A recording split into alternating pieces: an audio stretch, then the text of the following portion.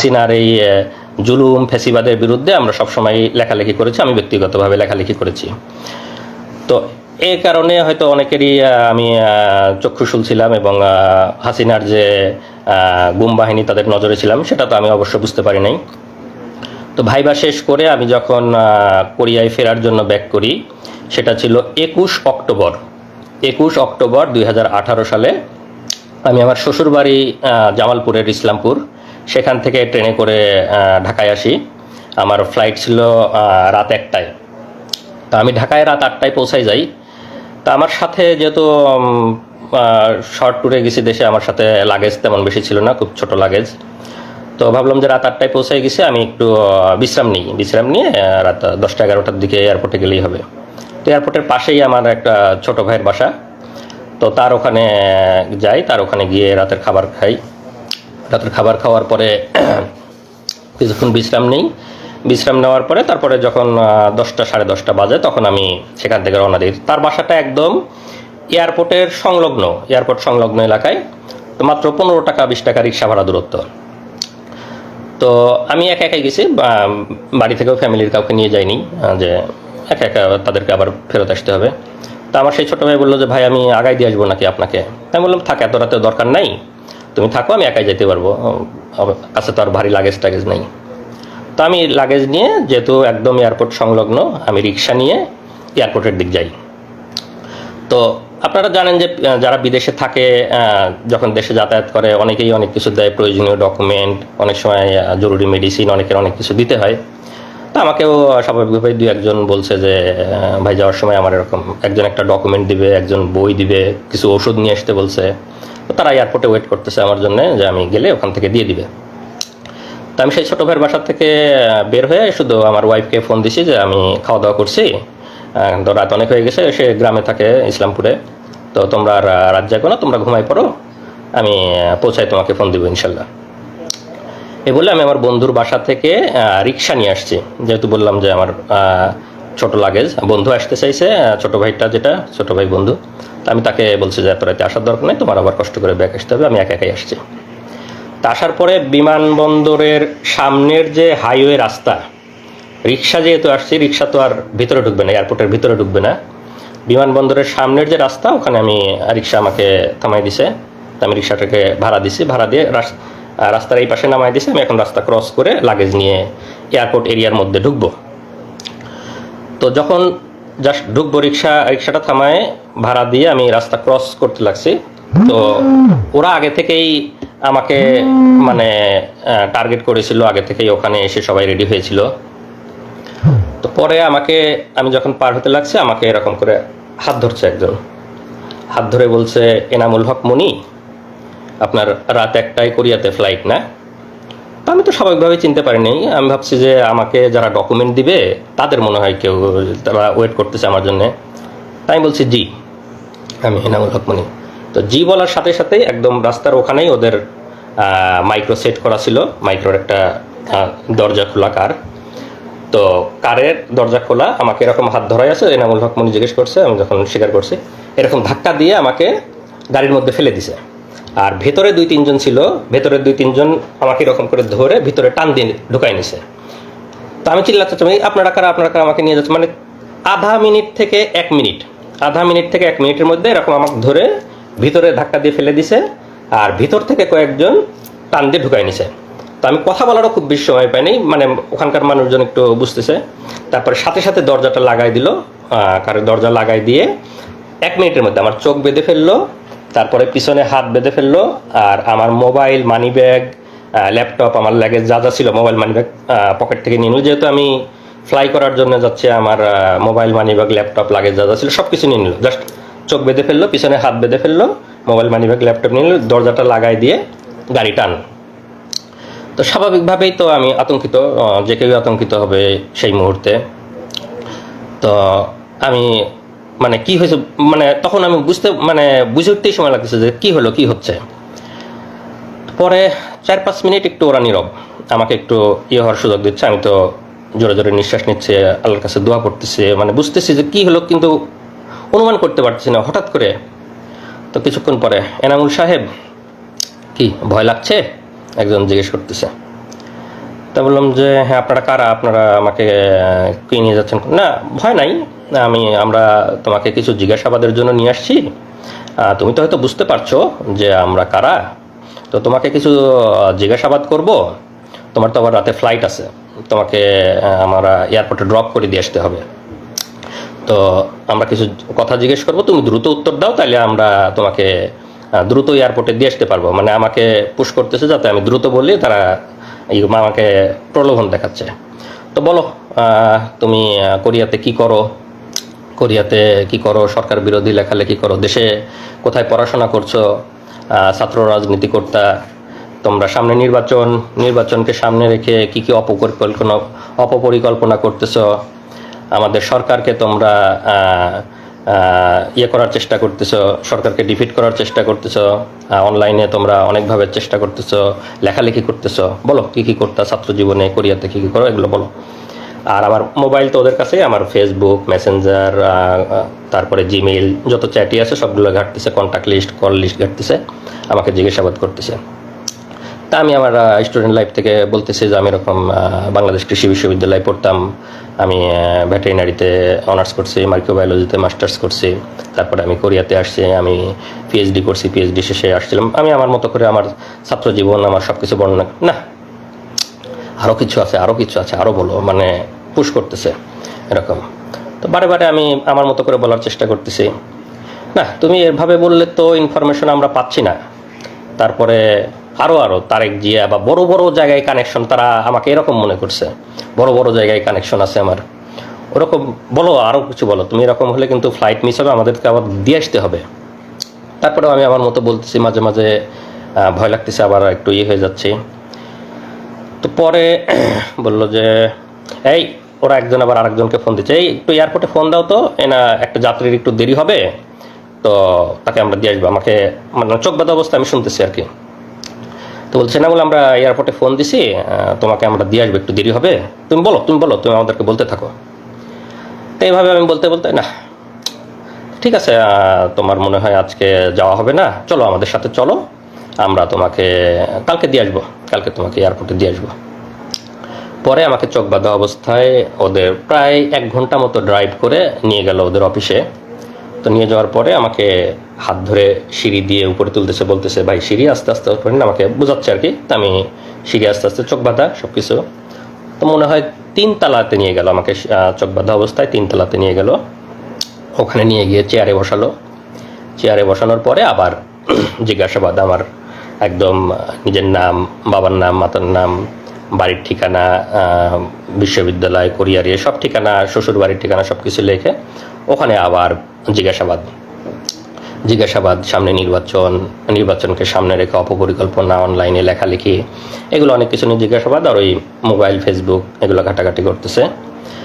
আর যেটা করে ওখানে, তো এমনিতেই সবসময় মানসিক একটা ভয়ের মধ্যে যে কেউ, চোখ বাঁধা, আমি কোথায় জানি না, মানসিক একটা ভয়। আর কানের কাছে মাঝে মাঝে এসে বন্দুক লোড করার মতো ক্রস করে শব্দ করে, যাতে আরও ভয় পায়, আরও বলে। আবার লাঠির খটখট খটখট শব্দ করে ফ্লোরে, বা এই মারবে, এই ইয়ে করবে। এনামুল আমাদের কাছে কিন্তু ওই কানে ইয়ে লাগায় রাখেছে, আমাদের কাছে কিন্তু বাটন আছে, টিপ দিলে ইলেকট্রিক শর্ট লাগবে, কানে ইয়ে লাগায় রাখে। তো এরকম একটা মানসিক ভীতিকর একটা অবস্থা, যে বন্দুক লোডের শব্দ করে, লাঠির শব্দ করে, আবার এরকম ইয়ে করে। তা আমি আল্লাহর রহমত যে আমি আমার কথাগুলা মোটামুটি স্পষ্ট বের হচ্ছিল। তা আমি ওদের সাথে স্বাভাবিকভাবে কথা বলতে পারতেছিলাম, বেশি মানে যে একদম কথা জড়ো হয়ে আটকে গেছে এরকম না। ওই রকম হলে ওরা টর্চার আরও বেশি করে মারে। তা আমাকে সেরকম আর ইয়ে করতে হবে, আমাকে জিজ্ঞাসাবাদ করতেছে, আমি বলতেছি আমার মোবাইল, ইমেইল, চ্যাট বক্স সব কিছু ঘাটতেছে, এবং তারা ভাবতেছে আমি খুব শীর্ষ পর্যায়ের নেতা, শীর্ষ পর্যায়ের কানেকশন আছে, এগুলা বের করার চেষ্টা করতেছে, কিন্তু সেরকম কোনো কিছু ওরা পাচ্ছে না। পরে সারা রাত ধরে জিজ্ঞাসা করার পরে আমাকে পরের দিন সকালে ওদের গুমের যে রুম, সেই গুমের রুমে নিয়ে রাখে। তো র্যাবের যে গুমে, আমি এখনও বলতেছি যে আমি এখনও তো র্যাব জানি না, আর একটু পরে বলবো, তারপর এই মুহূর্তে বলে রাখি র্যাব, কারণ আমার এখনও তো চোখ বাঁধা, আমি তো জানি না। তো গুমের রুমে যখন রাখলো, তো তখন ওখানে গিয়ে দেখি যে ওখানে আরও কয়েকজন বিভিন্ন জায়গা থেকে ওরা তুলে নিয়ে আসছে, গুম করে নিয়ে আসছে, তাদেরকেও রাখছে। তো আমাকে আর একজনের সাথে রাখলো, আমরা 2 জন এক রুমে। তো সাধারণত ওরা একজনকে এক রুমে রাখে, আমাকে আরেকজনের সাথে রাখলো। তো আমরা দুইজন, সেই ছেলেটার বাড়ি কুমিল্লা, সে হয়তো কোনোদিন আসবে, এসে কথা বলবে আপনাদের সামনে। তো রাখার পরে আমাকে ওখানে সকালে নাস্তা দিল। তো নাস্তা তো স্বাভাবিকভাবেই খাওয়ার কোনো অবস্থা নাই, আমি আসি ওখানে মানে একদম হতভম্ব, কি হলো, আমি গতকালকে ফ্লাইট, আমি কোরিয়াতে যাব, আমার পিএইচডি এর শেষ থিসিস জমা দিতে হবে, এরকম সব চিন্তা করতেছে, একদম হতভম্ব। তো সেই ছেলেটার সাথে কথা বলতেছে, যে ছেলেটা আমার রুমে ছিল ঘুম, আর পাশের দুইটা রুমে আরও দুইজন একজন, মোট 5 জন আমরা একসাথে ঘুমছিলাম। তো এই অবস্থায় আমি খুবই তো চিন্তিত, আপনারা স্বাভাবিকভাবেই বুঝতে পারছেন আমার মানসিক অবস্থা। আমি আমার ফ্যামিলি, আমার বউ, আমার বাচ্চা তখন 2.5 বছর বয়স, সবাইকে নিয়ে চিন্তা করতেছি। তো আমার মানে আমি কোনোভাবে মানে চেষ্টা করতেছি যে আমার ফ্যামিলিকে যদি একটু জানাইতে পারতাম যে আমি অন্তত বেঁচে আছি, বা আমি তো স্বাভাবিক যে আমি যে গতকালকে কোরিয়াতে যাই নাই, আমার ফ্যামিলি কিভাবে চিন্তা করতেছে, কান্না করতেছে, সেটা তো আমি ওখান থেকে বুঝতে পারতেছি, কিন্তু আমি তো তাদের কাছে পৌঁছাইতে পারতেছি না, কোনোভাবে জানাইতে পারতেছি না। তো সামনে যারা গার্ড দেয়, তখন আমার যখন ঘুমের রুমে দিছে, রুমের মধ্যে রাখছে, তখন আমার চোখ খুলে দিছে। তো চোখ খুলে দেওয়ার পরে সামনে মানে রডের দরজা, আর সামনে আর একটা সলিড দরজা থাকে। তো রডের দরজা লাগাই দিলে সামনে যারা নিরাপত্তা কর্মী থাকে তাদের দেখা যায়, আর মানে সলিড দরজাটা লাগাই দিলে দেখা যায় না। তো ওরা রডের দরজাটা লাগাই রাখছে, সামনে যারা নিরাপত্তা রক্ষী যারা হাঁটতেছে তাদেরকে দেখা যাচ্ছে। তো আমি তাদেরকে বারে বলতেছি, তারা বলছে ভাই কোথা থেকে আসছেন, এটা জিজ্ঞেস করে। আমি বললাম যে আমি এরকম কোরিয়াতে পিএইচডি করতাম, গতকালকে ফ্লাইট ছিল, আমাকে এয়ারপোর্ট থেকে তুলে নিয়ে আসছে এরকম। তারপরে আমার ওয়াইফের বর্ণনা, আমার ছোট ছেলের কথা শুনে ওরাও একটু মানে মন নরম হয়েছে, আরে আপনার একটা ছোট ছেলে আছে এরকম ইয়ে। তো ওরা একটু মানে ভদ্র এবং আমাদের প্রতি খুবই সহমর্মী, তারাই করে ভাই আল্লাহ করেন, কোনো কিছু হবে না। মানে অফিসারগুলা মানে টপ লেভেলের, মানে হাসিনা বাইসে সবগুলা অফিসার একদম সর্বোচ্চ লেভেলের শুয়োরগুলোকে বসাইছে, কিন্তু যারা লোয়ার লেভেলের তারা অনেক মানে সিম্প্যাথেটিক এবং অনেক সহমর্মী, তারা আমাদের বিষয়গুলো বোঝে, তারা অনেক সান্ত্বনা দিচ্ছে, ভাই আল্লাহ করেন ঠিক হয়ে যাবে ইনশাল্লাহ, কিছুই হবে না, এরকম বোঝানোর চেষ্টা। আমি ওদেরকে অনেক অনুরোধ করি, ভাই আমার ওয়াইফ ওদিকে কান্নাকাটি করতেছে, ভাই আমার ওরা মরে যাবে, আমি অনেক একটু ওদেরকে যদি জানাইতে পারতাম, ভাই আমার ওয়াইফ একটু জানান যে আমি অন্তত বেঁচে আছি, এইটুক জানান ভাই, অনেক কান্নাকাটি করতেছে, অনেক রিকোয়েস্ট করতেছে। তো কোনো না ভাই, আমার ওদের কাছে মোবাইল, ওদের ডিউটিরত অবস্থায় মোবাইল আনার অনুমতি নেই, ভাই আমাদের মোবাইল আনার কোনো অনুমতি নাই, আপনি এগুলো বলেন না। এরকম সকাল থেকে দুপুর পর্যন্ত চলে যাচ্ছে, তাও কোনো ইয়ে হয় না। আমি তো বারে চেষ্টা করতেছি ওদেরকে রিকোয়েস্ট করে, মানে যেভাবেই হোক একটু ইয়ে করার। আমার যে রুমমেট ছিল তাকে বলতেছি। পরে এক সময় একটা মানে যে গার্ড ছিল তার একটি হয়েছে, তো বলতেছে যে ভাই ঠিক আছে, আপনি কাজ করেন, আপনার নাম্বারটা আমাকে বলেন, আপনার ওয়াইফের নাম্বার, আমার তো এখন ডিউটি, আমি ডিউটি শেষ করে গিয়ে আপনার ওয়াইফকে বলার চেষ্টা করব। তো আপনি নাম্বারটা বলেন, আপনি কাউকে বলেন না, আমি আপনার ছোট ছেলে আছে, এটা শুনে আমার অনেক মায়া লাগছে, আমি আপনার ওয়াইফকে বলার চেষ্টা করতে। আমি তাকে আমার ওয়াইফের নাম্বারটা বলি। তো সে একটু ওয়াইফের নাম্বারটা কোথাও লিখে নেয় যে আমি ডিউটি শেষ করে গিয়ে চেষ্টা করবো আপনার ওয়াইফকে। আমি অনেক কান্নাকাটি করছে, অনেক রিকোয়েস্ট করছে। তো এই পর্যায়ে আমাকে ওইখানে মানে ঘুমের যে রুম ওখানে রেখে দেয়, ওই অবস্থায় থাকি। আমাকে ওখানে 3 বেলা খাবার টাবার দেওয়া শুরু করে। তো ওরা খাবারটা স্বাভাবিক খাবার দেয়, ওদের যে অফিসার্স মেসে যে রান্নাগুলো হয় সেই রান্নাগুলা প্রতি বেলায় এসে আমাদেরকে খাবারগুলো দিয়ে যায়, স্বাভাবিক খাবার, ভালো খাবার, অফিসার্স মেসে যে রান্না হয় সেগুলোই দিয়ে যায়। তো সকাল দুপুর রাত ওভাবে খাবার দিতে থাকলো, আমাকে ঘুমের রুমে ওভাবে রেখে দিল। তো এই পর্যন্ত আমার অধ্যায়ের একটু বিরতি, এরপরে আমার আরও বর্ণনা শুরু হবে। তো এই অবস্থায় তো আমার ওয়াইফরা ওদিকে কান্নাকাটি করতেছে, ওরা ওদিকে আমাকে খোঁজাখুঁজি করতেছে, ওদের কি অবস্থা আমার ওয়াইফের কাছে আপনারা এই পর্যায়ে একটু শুনুন, তারপরে আবার আমি বলবো। আসো। আসসালামু আলাইকুম, আমি নাজনীন সুলতানা নিপা, এনামুল হক মনির ওয়াইফ। আসলে সেই দিনগুলো তো ভোলার মতো না, এখন হয়তো বর্ণনা করতে পারবো, কিন্তু সেই সময়টা কোনোভাবেই বোঝাতে পারবো না আপনাদেরকে। তো আমার হাজব্যান্ডের সাথে আমার লাস্ট কথা হলো 9:30টার দিকে, 9:23 আমার সাথে লাস্ট কথা হয়েছে। ও আমাকে বলছে যে ঘুমিয়ে পড়ো, আমি এয়ারপোর্টে কাজ শেষ করে তোমাকে কল দিব। তারপর আমি বাবুকে নিয়ে ঘুমিয়ে পড়লাম। রাত যখন 12টা বাজে আমার হুট করে ঘুম ভেঙে গেল। আসলে কেউ জার্নি করলে, পরিবারের কেউ জার্নি করলে তো ওরকম গভীর ঘুম হয় না। তো 12:30টার সময় আমার ঘুম ভেঙে গেল। আমি তখন মোবাইলটা নিয়ে তাকে কল দিলাম। তো তার মোবাইলে রিং হচ্ছে কিন্তু কল রিসিভ করছে না। আবার আমি মেসেজ দিয়েছি যে ফ্রি হলে আমাকে কল দিও, তখন 12টা বাজে, তার ফ্লাইট ছিল 1টা 5-এ। তো আমি যখন মেসেজ দিচ্ছি, মেসেজ সিন হচ্ছে, কল রিং হচ্ছে কিন্তু কলও ধরছে না, মেসেজে রিপ্লাইও দিচ্ছে না। তখন আমার মানে কাছে খুব ইয়ে লাগলো যে মনে হয় ব্যস্ত আছে, হয়তো এয়ারপোর্টের কোনো ঝামেলা বা বিজি আছে এরকম। আমি অপেক্ষা করছি তারপর ওখান থেকে মেসেজ বা কল আসবে, কিন্তু আসছে না। তো যখন রাত 1টা পার হয়ে যাচ্ছে তখন আমার ভেতরে মানে কি ব্যাপার, কেন এরকম হচ্ছে, ও তো আমাকে জানানোর কথা। তো তখন আমার মনে হলো যে হয়তো মোবাইল হারিয়ে ফেলছে বা মোবাইল বা ল্যাপটপ হারিয়ে ফেলছে। কিন্তু আমার মানে বারবার খালি একা একা, আমি কিন্তু রাতে আমার বাবুর সাথে একা ঘুমিয়েছি, আমার বাবা মা অন্য রুমে, তাই মধ্যরাতে তো আমি কাউকে কিছু বলতে পারছি না। তখন আমি মানে খালি বারবার আল্লাহ আল্লাহ করছি যে আল্লাহ কি হলো, যদি মোবাইল হারিয়ে যায় তাহলে তো এয়ারপোর্ট থেকে অন্য কারো ফোন থেকে আমাকে একবার জানাবে সে, এটা আমি শিওর যে সে আমাকে জানাবে, কারণ আমি টেনশন করব। কিন্তু না, আমি অপেক্ষা করছি, রাত 1টা 2টা বেজে যাচ্ছে, কোনো মেসেজ নেই, কল নেই। রাত 1টার পরেও যখন তার ফ্লাইট ছিল, ফ্লাই করার সময়, তারপরেও আমি মেসেজ দিচ্ছি কিন্তু মেসেজ সিন হচ্ছে, রিপ্লাই দিচ্ছে না। হ্যাঁ, তো আমার কাছে মানে তখন থেকেই আমার মানে খুব অস্থির লাগতেছে যে কিছু একটা হয়েছে, আমি শিওর হয়তো মোবাইল হারাইছে বা কিডন্যাপ কিছু একটা হয়েছে। আমাদের বাংলাদেশে তো এসব মানে খুব কমন। তারপরে সারা রাত কেটে গেল ওইভাবে। আমি ফজরের নামাজ পড়ে যে ভাইয়ের বাসায় গিয়েছিল, ছোট ভাইয়ের বাসায়, তাকে কল দিলাম, দিয়ে বললাম যে ভাইয়া আমি তো ওর সাথে যোগাযোগ করতে পারছি না, আপনার সাথে মানে লাস্ট কি কথা হয়েছে বা আপনি কি যোগাযোগ করেছিলেন তার সাথে?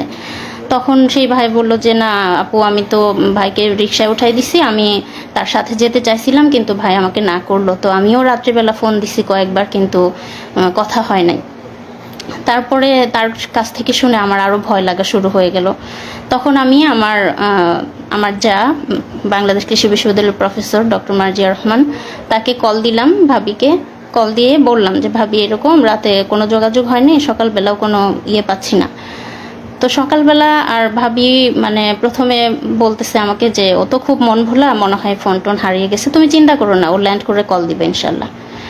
তো তারপরেও মানে আমার মনের মধ্যে তো ধুকপুকুনি যায় না। আমি সেই ভাইয়ের বাসা যেহেতু এয়ারপোর্টের একদম সামনে, আমি ওনাকে রিকোয়েস্ট করলাম যে ভাই আপনি একটু এয়ারপোর্টে যেয়ে, এই আমার হাজব্যান্ডের পাসপোর্টের ছবি ছিল আমার কাছে, যেহেতু আমিও কোরিয়াতে যাওয়া আসা করতাম, তো তার ডকুমেন্ট আমার কাছে ছিল। তখন আমি ওই ভাইকে তার পাসপোর্টের ছবি দিলাম যে এই মানে এই নাম্বারের পাসপোর্ট হোল্ডার ঢুকেছে কিনা এয়ারপোর্টে একটু খোঁজ নেবেন। তো সেই ভাই তখন সকাল 7টার সময় এয়ারপোর্টে যায়, সেই নাম্বার দিয়ে খোঁজ নেয় এবং তারা বলে যে না এই লোক এয়ারপোর্টে ঢোকে নাই। তখন সকাল 7টা বাজে। তখন হলো আমি আমার ভাবিকে আবার কল দিয়ে বললাম ভাবি এই অবস্থা, ও তো এয়ারপোর্টে ঢোকে নাই, আমি এরকম নিউজ পেলাম। তখন ভাবি বললো ঠিক আছে, তুমি ছবিটা পাঠাও পাসপোর্টের, আমিও খোঁজ নিচ্ছি, আমার অনেক স্টুডেন্ট আছে ওখানে। তারপর ভাবিও খোঁজ নিল এবং ভাবিও সেম উত্তর পেল। তারপর সবার টেনশন শুরু হয়ে গেল, তাহলে কোথায় গেল, কি হলো? তখন মানে ভাইয়া ভাবি আমি প্রথম জানাইছি আমাদের পরিবারে, আমার ভাসুর এবং যাকে, বাকিরা তো টেনশন করবে। তখন মানে ভাইয়া ভাবি তাদের মতো করে খোঁজ নিতে লাগলো এবং এরপরেও মানে কোনো খোঁজ নাই। এদিকে মানে আমি বারবার শুধু ফোন টিপতেছি, আমার বাচ্চা খাচ্ছে না, আমার স্কুলে যাওয়ার সময় হয়েছে, আমি কোনো টাইম কয়টা বাজে আমি কিছুই জানি না। আমার মা হঠাৎ করে এসে বলতেছে স্কুলে যাবে না, এখনও তো খাইলে না, কখন যাবা? তখন আমি ঘড়ি দেখি যে 9:30 বাজে। ঠিক আছে, তো পরে আমি তখন প্রথম আমার মাকে বললাম যে আমি তো সাফওয়ানের আব্বুর সাথে কোনো যোগাযোগ করতে পারছি না। আমি প্রাইমারি স্কুলে জব করতাম, আমার নিজের স্কুল, আমার এলাকার। তো তখন আমার আম্মা শুনে তো মানে তখনই চিৎকার করে একদম কান্নাকাটি শুরু করে দিছে এবং আস্তে আস্তে আমার অন্যান্য ভাসুর, আমার ভাইয়েরা যারা ঢাকায় থাকে, আমার কাজিনরা এবং আমার হাজবেন্ডের যে ফ্রেন্ডগুলোর সাথে আমার মানে যোগাযোগ করা, কি 2-1 জনের সাথে যোগাযোগ করলাম, সবাইকে তখন জানালাম যে তাকে খুঁজে পাওয়া যাচ্ছে না, তার সাথে কোনো যোগাযোগ হচ্ছে না। এবং কোরিয়াতে যারা যে ইউনিভার্সিটিতে উনি পিএইচডি করেছেন তাদেরকেও জানালাম। তখন তারাও এদিকে খোঁজ নিল। আমার হাজবেন্ডের কোরিয়াতে ল্যান্ড করার কথা ছিল সকাল 11টায়, মানে কোরিয়ান টাইম 11টায়, বাংলাদেশ টাইম হচ্ছে সকাল 8টায়। তো আমি যখন সকাল 8টা পার হয়ে গেল, তো সে ল্যান্ড করে নাই, এই খোঁজ পেলাম। এদিক কোরিয়া থেকেও মানে এয়ারপোর্টে খোঁজ নিচ্ছে তারা যে এরকম পাসপোর্ট হোল্ডার কেউ ল্যান্ড করছে কিনা। না, তারাও মানে নেগেটিভ আনসার পারলো, এবং তারপর থেকে আমরা পুরোপুরি ধরে নিলাম সে মিসিং হয়েছে, কোনোভাবে কিডন্যাপ অথবা মলম পার্টি টাইপের কিছু একটা হবে। আমরা কখনোই কল্পনা করি নাই যে এটা রাজনৈতিক কিছু বা মামলা মোকদ্দমা মানে এই টাইপের কিছু হবে, গুম টাইপের, আমরা কখনোই ভাবিনি। তারপরে হ্যাঁ, সকাল তো পার হয়ে দুপুর হয়ে গেল। আমার ভাসুর ময়মনসিংহ থেকে, আমার ভাসুর প্রফেসর মাহমুদুল আলম, তিনি হচ্ছে ঢাকায় গেলেন। আমার কাজিনরা, তার ফ্রেন্ডরা সবাই যে যার মতো করে হসপিটালে, থানা, রেলওয়ে স্টেশনে, যেখানে যেখানে খোঁজা দরকার, এয়ারপোর্টের সামনে প্রত্যেকটা দোকানে দোকানে জিজ্ঞেস করেছে, ছবি দেখিয়ে জিজ্ঞেস করেছে যে এনাকে দেখছে কিনা। মানে তখন আমাদের অবস্থা এমন যে কোনো একটা অ্যাক্সিডেন্ট হয়েছে বা কিডন্যাপ কিছু একটা হয়েছে, এরকম কোনো ধরনের ক্লু, কোনো মেসেজ, কোনো কল কিছুই পাইনি আমরা। তারপর সারাটা দিন এভাবে চলে গেল, এবং বারবার টিভিতে নিউজ মানে দেখতেছি যে কোনো অজ্ঞাত লাশের খবর আসতেছে কিনা, এই টাইপের মনের মধ্যে কত চিন্তা আসতেছে বলার মতো না। তারপরে যাই হোক সারা দিন চলে গেল, কোনো খোঁজ পেলাম না। রাত পার হয়ে গেল, 22 তারিখ দিবাগত রাত, মানে রাত যখন 12টা বাজে, মানে 23 তারিখ শুরু হলো, রাত 12টার সময় আমার হাজবেন্ডের নাম্বার থেকে আমার মোবাইলে কল আসলো। আমার মোবাইলটা যেহেতু ওরা নিয়ে নিছে, আমাকে যখন কিডন্যাপ করছে, গুম করছে, তখনই তো আমার মোবাইল ল্যাপটপ নিয়ে নিছে। আমার মোবাইল তো ওদের কাছে, আমার মোবাইল থেকে ওকে কল দিছে। হ্যাঁ, আমাকে কল দেওয়ার পরে মানে তারা বলতেছে যে আপনি কি এনামুল হক মনির ওয়াইফ? আমি বললাম যে হ্যাঁ, আমরা তো তাকে খুঁজে পাচ্ছি না, এই নাম্বার আপনি কোথায় পেলেন, এই ফোন কোথায় পেলেন? তখন সেই পুলিশ, মানে আমরা তো জানতাম না পুলিশ, মানে ওপর পাশ থেকে আমাকে বলছে যে বুঝতেই তো পারছেন আমরা, মানে ও আমাদের কাছে আছে, আমরা হচ্ছে মানে ওকে কিডন্যাপ করেছি, তো আমি যেভাবে যেভাবে বলবো আপনি সেভাবে কাজ করেন, তাহলে আমরা ওকে ভালো মানে ছেড়ে দিব, তার কোনো ক্ষতি হবে না, কিছু হবে না। আমি আর জাস্ট আপনাদের একটু কল রেকর্ডটা শুনে, আমি সেই সময় মানে সে ওই সময় মনে করছে যে কিডন্যাপার, তো কিডন্যাপার যেহেতু, তাহলে তো কিডন্যাপারের কথা পুলিশকে বলতে হবে, তো পুলিশকে বলার জন্য ও ওই সময় কলটা রেকর্ড করছে, যে পরে পুলিশের কাছে যা সকালে বলবে যে আমার হাজবেন্ডকে কিডন্যাপাররা কিডন্যাপ করছে, এই যে আপনাদের কল রেকর্ড, সেই হিসাবে কল রেকর্ড করছে। তো সেই কথাটা কি ছিল আপনারা শোনেন, ওর কল রেকর্ডটা আছে, কল রেকর্ডটা আমরা এখন লাইভের এখানেই প্লে করে দিচ্ছি। ঢাকায় না, আমি জামালপুর। আচ্ছা, জামালপুর থাকেন, সমস্যা নাই। জি। তো এখন এনামুলকে আমরা ছাড়ার ব্যাপারে ফোন করছি, ঠিক আছে? ঘটনা কি সেটা এখন জানার দরকার নাই। ঘটনা এনামুল বাসায় গেলে, বাড়িতে গেলে তারপরে বলবে। আচ্ছা, এখন কিছু বলতে পারবো না আমরা, ঠিক আছে? ও ভালো আছে তো ভাইয়া? ভালো না থাকলে কি আমরা যোগাযোগ করতাম? জি জি জি, হ্যাঁ ঠিক আছে। আমি একটু কথা বলতে চাই ভাইয়া, একটু খালি খালি মোর মুখটা খালি শুন ভাইয়া, আমি মরে যাচ্ছি একদম, একটু কথা বলতে দিবেন ভাই? আপনি কি যোগাযোগ করছি দেখে কি এত যোগাযোগ না করলে ভালো হইতো মনে হয় না? আচ্ছা আচ্ছা, না ঠিক আছে, আপনি যা বলবেন তাই শুনবো, আপনি বলেন। সুস্থভাবে কথা বলেন, আপনাকে বলছি না শক্ত হয়ে কথা বলেন, কোনো উচ্ছৃঙ্খলার কোনো কিছু দরকার নাই। জি আচ্ছা ঠিক আছে ভাইয়া। এখন কথা হচ্ছে, আপনি আপনার ভাই ব্রাদার, ওনার ভাই ব্রাদার কাউকে কিছু বলতে পারবেন না, যেহেতু আপনি কথা বলছেন। হ্যাঁ। আমরা সবার সাথে কথা বলতে পারবো না, কথা একজনের সাথে বলবো। জি। আর আপনি কাউকে কিছু বলার দরকার নাই যদি এনামুলকে পাওয়ার ইচ্ছা থাকে। আচ্ছা, বলবো না আমি কাউকে, কারণ কে কোন দিক দিয়ে কি সমস্যা করে সেটা বলা যায় না, ঠিক আচ্ছা আছে? জি, বলবো না ভাইয়া। এখন আপনাদের দরকার এনামুলকে সুস্থভাবে পাওয়ার, আমরা বুঝি এটা। জি। তো সুস্থভাবে পাইতে হলে আমরা যেভাবে বলবো সেভাবে করতে হবে। আচ্ছা বলেন। তো আমাদের 1.5 লক্ষ টাকা দিতে হবে। 1.5 লক্ষ টাকা কখন দিব ভাইয়া? এখন দিবেন? এখন? এত রাতে ব্যাংকে তো টাকা ভাইয়া। আচ্ছা, আমি টাকার ব্যবস্থা করব। হ্যাঁ, আমি টাকা ব্যাংকে? জি ব্যাংকে। আমি তো কেন, কোন দোকানদার পরিচিত নাই? এই যে মোবাইলের অ্যাকাউন্টের দোকানটা আছে, জি, ওই জন্য কেউ পরিচিত নাই? খোঁজ খোঁজ নিলে পরিচিত মানে হয়তো পাবো, কিন্তু আমি তো মেয়ে মানুষ, এটা তো আমার মানে একজনকে হলেও জানাতে হবে না ভাই। না, আপনাকে কেউ যদি বিদেশ থেকে টাকা পয়সা পাঠায় তো কিভাবে তোলেন? মোবাইল অ্যাকাউন্টে তোলেন না? বিদেশ থেকে তো পাঠায় না আমার হাজবেন্ড, তো মানে আমি তো প্রাইমারি স্কুলে চাকরি করি, আমার টাকা দিয়ে আমি চলি, বুঝছেন? তো টাকা পাঠায় না। তারপরে তো এটা এখন তো আর আগের মতো দুনিয়াদারি নাই, ঠিক আছে? জি, আমি যেভাবে হোক পাঠাই দিব ভাই, এখনই আজকেই পাঠাই দিব ইনশাল্লাহ।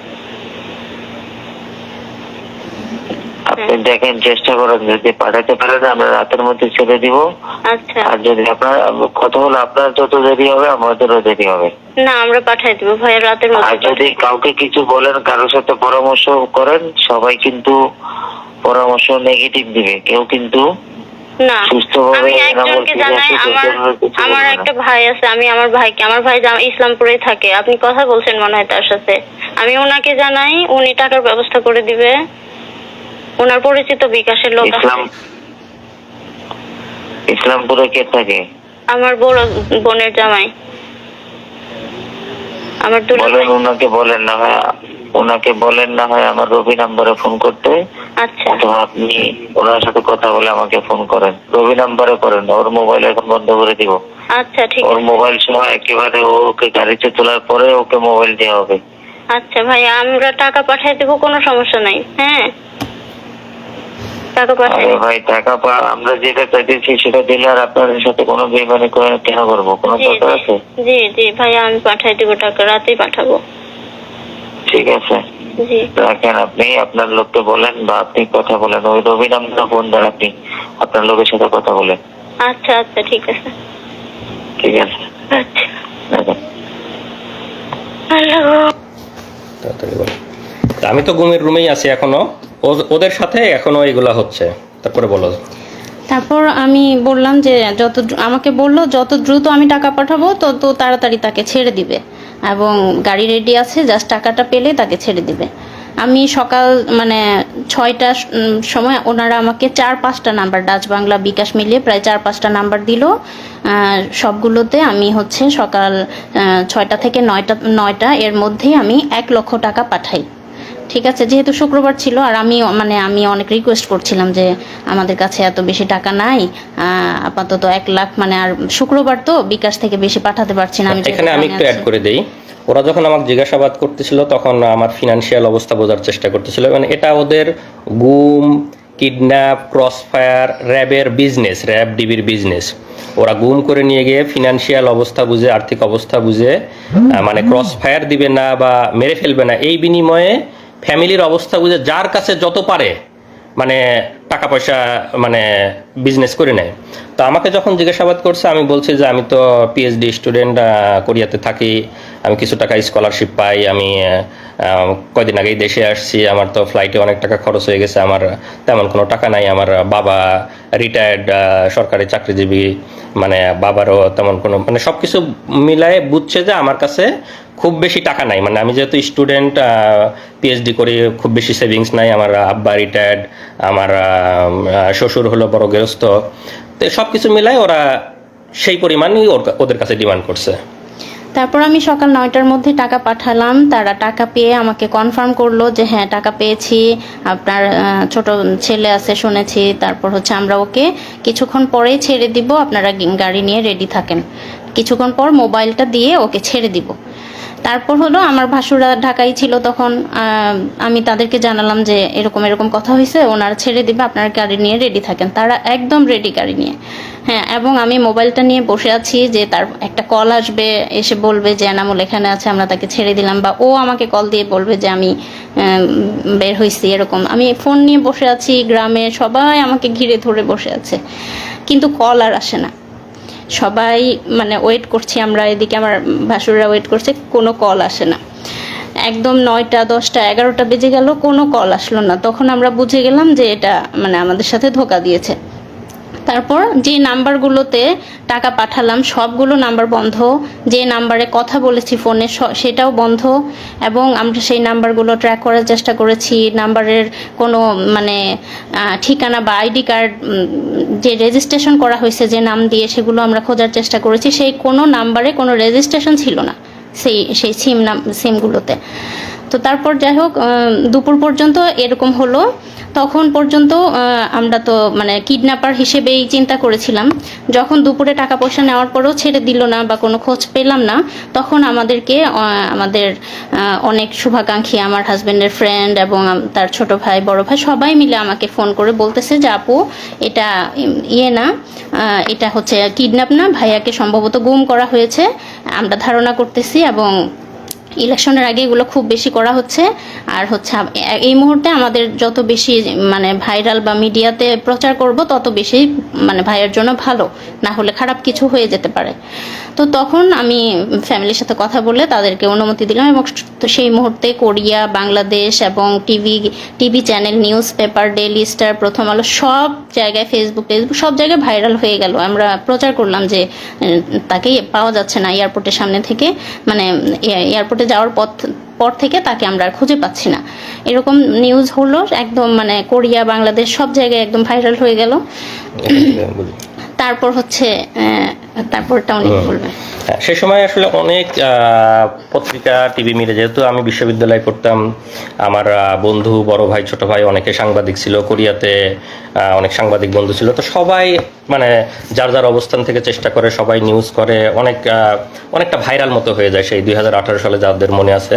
তো এখানে একটা জাস্ট নিউজ আমার, যে এখানে ইংলিশ একটা নিউজ পেপার, যে পিএইচডি স্টুডেন্ট গোজ মিসিং, প্রথম আলো সহ অনেক জায়গায় আসে যে কোরিয়াতে ফেরার পথে পিএইচডি স্টুডেন্ট অপহরণ হয়ে গেছে। তো নিউজগুলো অনেকটা ভাইরাল মতো হয়ে যায়। তা আমি তো ওখান থেকে বুঝতেছি না, আমি যেহেতু গুমের রুমে আছি, আমি তো বুঝতেছি না আমাকে নিয়ে এত কিছু হচ্ছে। আমি বুঝতেছি সবাই খোঁজাখুঁজি করতেছে, কিন্তু এত নিউজ হয়েছে এটা তো আর আমার ধারণা নাই। তো ওখানে একবার কারারক্ষী মানে যে গার্ড থাকে, সে একবার এসে জিজ্ঞেস করতেছে আপনি কি পিএইচডি স্টুডেন্ট নাকি, মানে ডিউটি চেঞ্জ হয়েছে অন্য একজন। তাই বললাম যে হ্যাঁ। আচ্ছা, আপনাকে নিয়ে অনেক লেখালেখি হচ্ছে, আপনার বন্ধু টন্ধু আছে নাকি সাংবাদিক? তোমাকে হ্যাঁ, তো বিশ্ববিদ্যালয়ে পড়ছে, অনেক সাংবাদিক বন্ধু আছে। তা একটু খালি মানে বুঝতে পারলাম যে মনে হয় আমাকে নিয়ে অনেক লেখালেখি হচ্ছে। এরপরে আসল মানে যে এতক্ষণ তো বললাম যে আমাকে উপরে একটা রুমে রাখছিল, যেখানে আমরা 2 জন ছিলাম এক রুমে, এবং সর্বমোট 5 জন ছিলাম পাশাপাশি রুমে। তো এরপরে আমাকে যে আয়নাঘর আমরা যেটা আসলে বুঝি যে গুমের যে স্পেশাল রুম, সেই স্পেশাল রুমে আমাকে নিয়ে যায়, রাখে, চোখ বেঁধে নিয়ে যায়। তো সেটা হলো যে মানে আমাকে চোখ বেঁধে যখন নিয়ে যায়, আমি এটা আগে একটু বলে নেই, যদিও এই স্টেজে তো আমি দেখতে পাচ্ছি র্যাবের কোন জায়গায় সেটা তো আমি জানি না, পরবর্তীতে জানছি। আমি এই স্টেজেই আপনাদেরকে একটু বলে দিচ্ছি। সেটা হলো যে আমাকে যেখানে রাখছিল সেটা হলো র্যাব 2 বসিলা মোহাম্মদপুর ক্যাম্প। আমি আবার বলতেছি, র্যাব 2 বসিলা মোহাম্মদপুর, ঢাকা, এখানে আমাকে রাখছিল। তো সেখানে আমাকে চোখ বেঁধে যখন নিয়ে যাওয়ার পরে, আপনারা যদি সাংবাদিক বা যারা আছেন, যারা মানবাধিকার কর্মী আছেন, তারা যাবেন, তারা দেখবেন র্যাব 2 এর বসিলা মোহাম্মদপুর ক্যাম্পে যদি আপনারা দরজা দিয়ে ঢুকে ডান পাশের যে বিল্ডিংটা, স্বাভাবিকভাবে দেখে মনে হবে একটা স্বাভাবিক বিল্ডিং, একতলা কি দোতলা বিল্ডিং, একটা গেট দিয়ে ঢুকে ডান পাশের বিল্ডিংটা। তো সেই বিল্ডিংয়ে আমাকে তখন ওই রুম থেকে চোখ বেঁধে নিয়ে গেল একটা টয়লেটের মধ্যে দিয়ে দরজা আছে, দরজা দিয়ে সম্ভবত আন্ডারগ্রাউন্ডে নিয়ে গেল। সেখানে একদম সিঙ্গেল গুমের রুম করা আছে, এখানে বিভিন্ন যাদেরকে গুম করে নিয়ে আসে সেখানে রাখা, আমাকে সেই একটা রুমে রাখলো। তো সেই রুমটার বর্ণনা এরকম যে, আমরা যদি বাংলাদেশের একটা টয়লেট মতো চিন্তা করি, লো কমোড টয়লেট যেগুলো আমরা স্বাভাবিকভাবে ইউজ করতে হবে, হাই কমোড টয়লেট না। তো ওই রুমের মধ্যে একটা ছোট্ট টয়লেট আছে, একটা ট্যাপ, একটা বদনা। তার মানে আপনার টয়লেট বা প্রস্রাব করার জন্য বাইরে যেতে হচ্ছে না, ওখানে টয়লেট করা যাবে। আর বাকি যে ফাঁকা জায়গাটুকু আছে, মানে একটা টয়লেটের বড় একটা টয়লেটের জায়গার মতো বাকি যে ফাঁকা জায়গাটুকু আছে, সেই জায়গায় একটা স্বাভাবিক মানুষ টান হয়ে শুয়ে থাকতে পারবে না। আমি হাইটে অত বেশি লম্বা না, তারপরে আমাকেও পা একটু ঘুচায় এভাবে শুয়ে থাকতে হতো, এরকম এতটুকু জায়গা।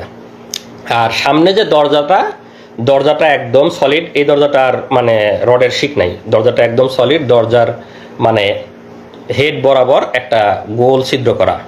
তো সামনে যারা মানে গার্ড থাকে, তো কাউকে বলার দরকার হলে ওই ছিদ্রর ওইটা সরায় ওদেরকে ডাক দিলে তখন ওরা কোনো কথা বলা বা কোনো জরুরি কিছু দরকার হলে ওরা, বা খাবার দেওয়ার দরকার হলেও ওদিক দিয়ে এসে কথা বলে তারপরে খাবার দেয়। তো ওইটা হলো একদম স্পেশাল রুম ঘুমের, যে একদম মানে ভাষায় বর্ণনা, আপনারা আয়নাঘরের অনেক ছবি হয়তো ইয়েতে নেত্র নিউজে বা বিভিন্ন জায়গায় দেখছেন, আগামীতে আরও আসবে, আপনারা হয়তো ভিডিও দেখতে পারবেন, সাংবাদিক মানবাধিকার কর্মীরা যাবেন, সেগুলো ভিডিও করে নিয়ে আসবেন।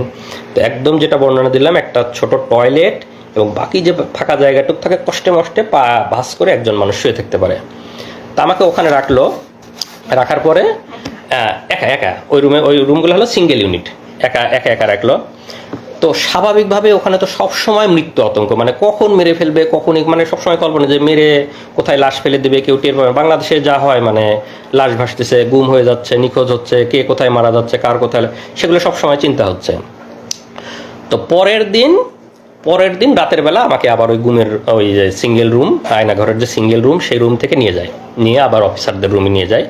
অফিসারদের রুমে যখন যাবে সবসময় চোখ বাঁধা, গুমের রুমে থাকা অবস্থায় চোখ খোলা রাখে।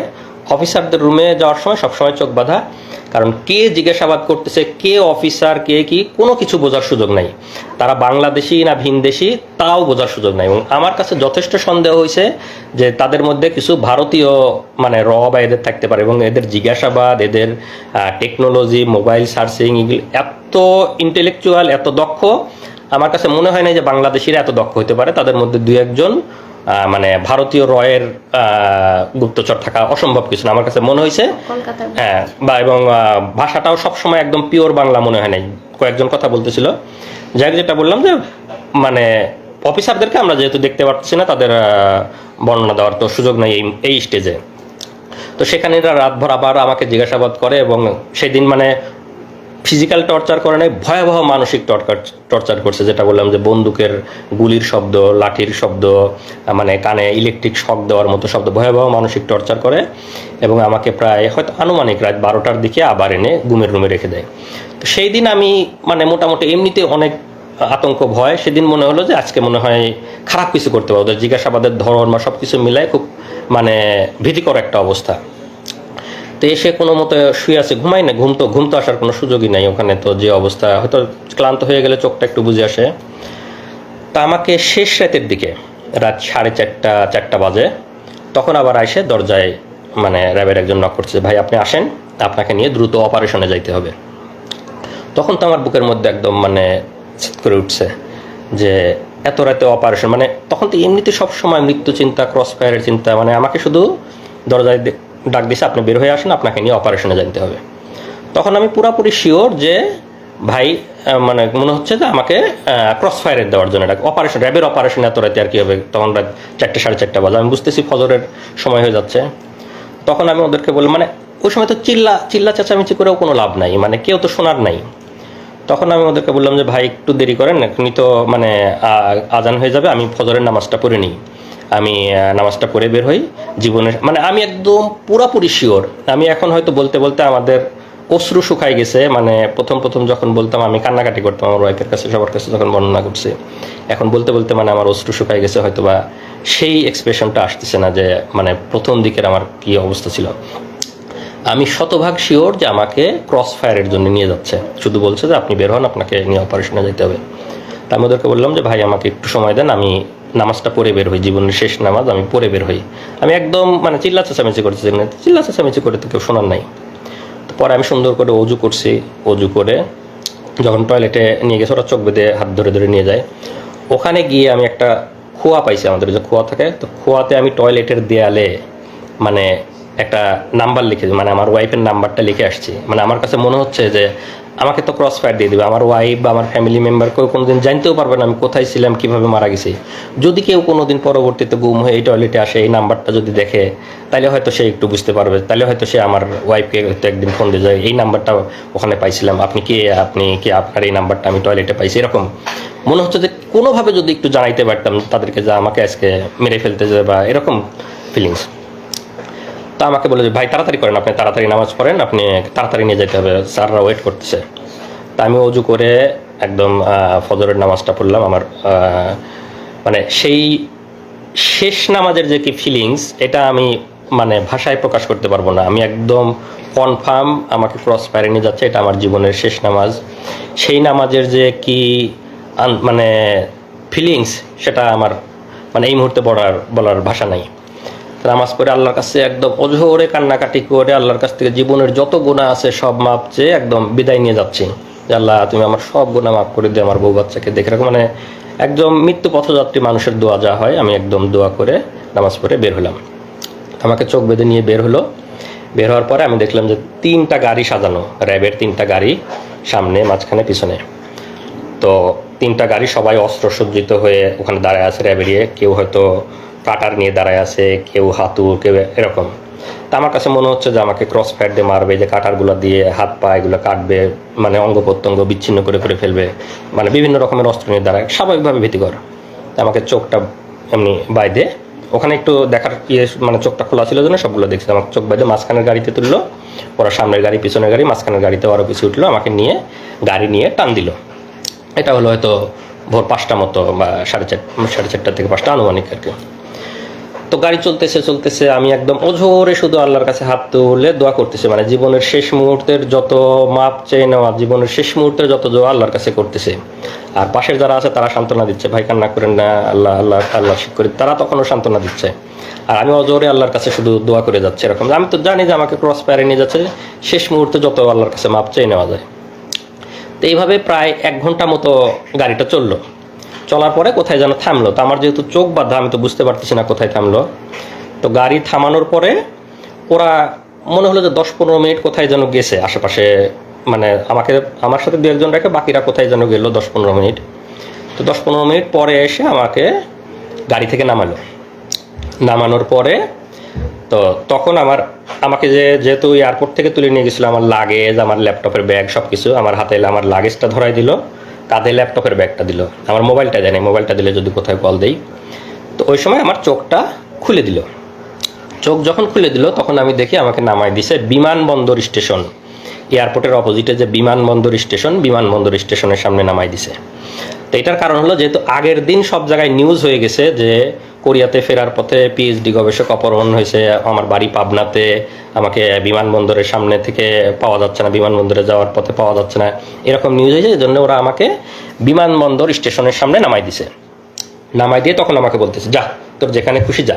আচ্ছা, আরেকটা জিনিস, ওই নামানোর আগে গাড়ির মধ্যে যে আমার হাতে একটা দিয়ে, ওই শয়তানটা, ওর নামটা আরেকটু পরে বলবো, মানে চরমভাবে একটা চাপ দিচ্ছে, একটা কি যেন একটা ডিভাইস আমার সবগুলো আঙ্গুলের মধ্যে দিয়ে, মানে মনে হচ্ছে সবগুলো আঙ্গুল ভেঙে ফেলতেছে, যাতে আমি শক্ত করে কোনো কিছু ধরতেও না পারে আমার লাগেজটা কোনো মতো। তো চরমই, আমি তো অনেক চিল্লাচাচামেচি করে গাড়ির মধ্যে আর কি। পরে নামাই দিয়ে লাগেজ ধরাই দিল, কাঁধে আমার ল্যাপটপের ব্যাগ, বলে যা যেখানে খুশি যা। পরে আমি তাকায় দেখলাম বিমানবন্দর স্টেশন। তো আমি তখনও ভাবতেছি, মানে আমার তখনও তো মৃত্যু আতঙ্ক, আমি ভাবতেছি যে আমি ছেড়ে দেবো, পিছন থেকে হয়তো গুলি করে মেরে ফেলবে। আর গাড়িতে যখন নিয়ে আসতেছিল তখন তো মনেই হচ্ছিল যে হয়তো আমাকে কোনো ব্রিজের উপরে নিয়ে যাবে, কোনো ফাঁকা জায়গায় নিয়ে যাবে, গিয়ে গুলি করে মেরে ফেলে দেবে নদীতে বা ব্রিজ থেকে ফেলে দিবে, মানে বাংলাদেশে যেভাবে লাশ ভাসে থাকে সেরকম আমি কল্পনা করতেছি, আল্লাহর কাছে দোয়া করতেছি। আর বিমানবন্দর স্টেশনে নামাই দেওয়ার পর আমি দেখতেছি বিমানবন্দর স্টেশন, কিন্তু আমার মনের মধ্যে মৃত্যু আতঙ্ক। আমার কাছে মনে হচ্ছে যে আমি হাঁটতে থাকবো, পিছন থেকে মনে হয় গুলি করে মেরে দিবে আর কি, ক্রস ফায়ার করে দিবে, এরকম মনে হচ্ছে। তা আমি আশেপাশে হাঁটতেছি আর ওরা আমাকে ঘিরে ধরে হাঁটতেছে। তো যারা ঘিরে ধরে হাঁটতে, যেহেতু আমার এই স্টেজে চোখ খোলা, আমি তো সবাইকে দেখতে পাচ্ছি। আর কয়েকদিন গার্ড দিছে, গার্ডদের অনেকের তো চেহারা আমি দেখছি। তো সেই গার্ডদের অনেকের র্যাবের ড্রেস পরা, অনেকের ড্রেস ছাড়া, তো সব রকমই আছে। তা আমি আস্তে আস্তে এয়ারপোর্ট স্টেশনের ভিতরে ঢুকে গেলাম। তখন একটু সকাল হয়েছে, এয়ারপোর্টের স্টেশনের কিছু লোকজন আসছে। তা আমার মধ্যে তো আমি দেখতেছি তারা আমার চারপাশে ঘিরে আছে। আবার আমার মনে হচ্ছে আমি যদি কোনোভাবে একটু ফ্যামিলিকে জানাইতে পারতাম। তো আমি ওখানে গিয়ে 1-2জনকে একটু রিকোয়েস্ট করলাম, ভাই একটু মোবাইলটা দেওয়া যাবে, আমি একটু বাড়িতে কল দেবো। তো ওরা হয়তো আমার পিছন থেকে সিগন্যাল দিচ্ছে, খবরদার দেওয়া যাবে না। তো লোকজন না করলো যে না দেওয়া যাবে না, হ্যাঁ মোবাইল দিতে পারবো না। তো 2জনকে আমি রিকোয়েস্ট করছি, ভাই প্লিজ আমাকে একটু মোবাইলটা দেন, আমি একটু আমার বাড়িতে কল দিব। মানে ওরা দেখতেছি, আমি ওদেরকে দেখতেছি, কিন্তু তারপর আমি রিকোয়েস্ট করতেছি। তো ওদের হয়তো সিগন্যাল পায়, সে আর দেয় নেই। তো আমি স্টেশনে আরেকটু হাঁটতেই যে আমাকে প্রথমে হাত ধরে তুলে নিয়ে গেছিল, ওর নামটা আরেকটু পরে বলবো, যেহেতু এখনো পর্যন্ত আমি তো জানি না সে কে, তো যখন জানবো তখনই বলবো।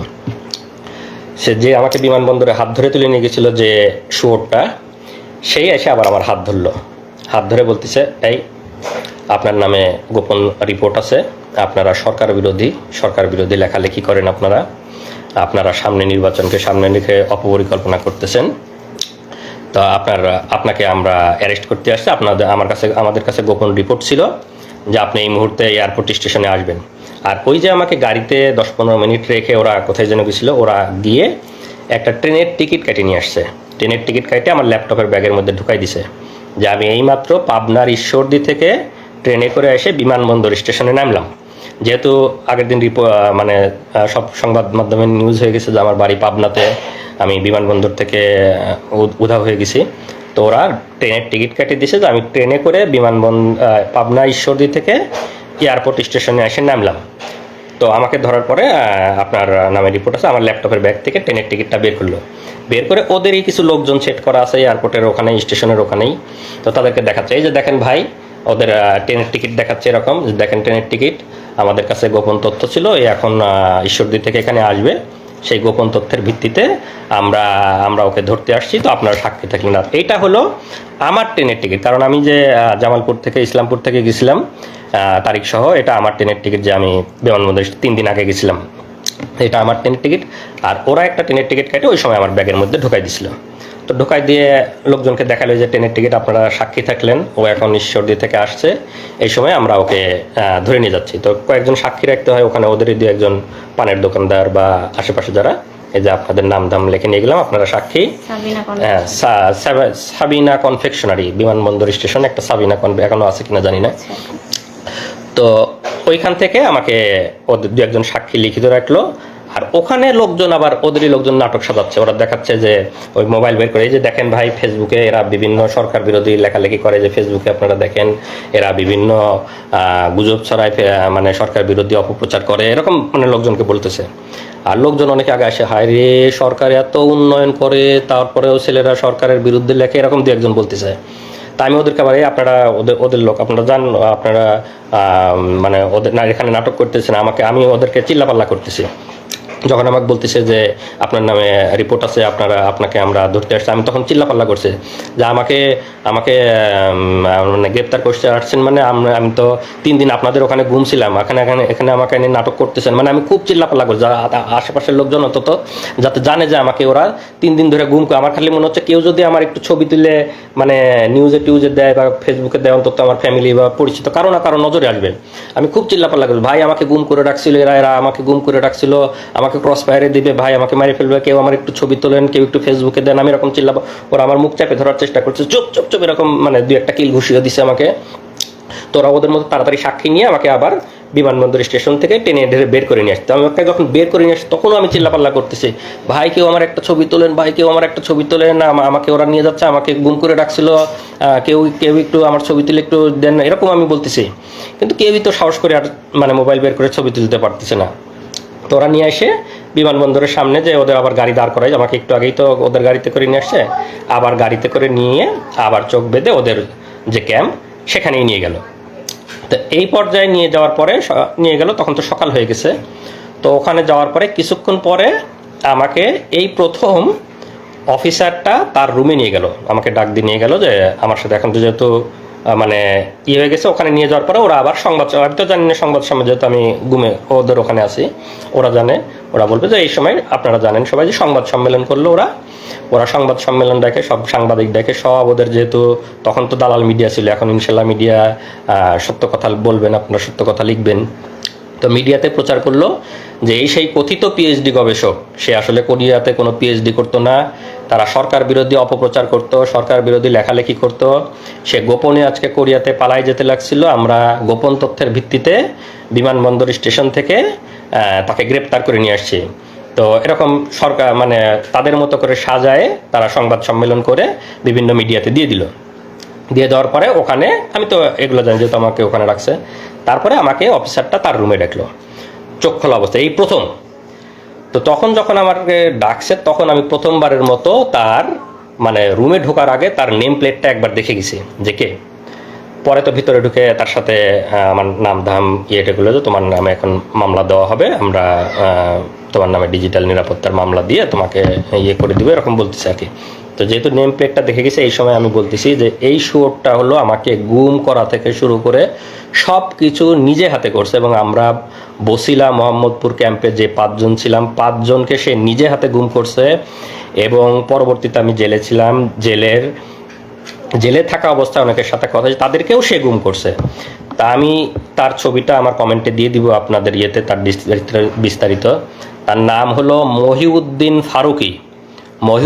ফারুকি 2018 সালে র‍্যাব 2 বসিলা মোহাম্মদপুরে সে ছিল কোম্পানি কমান্ডার।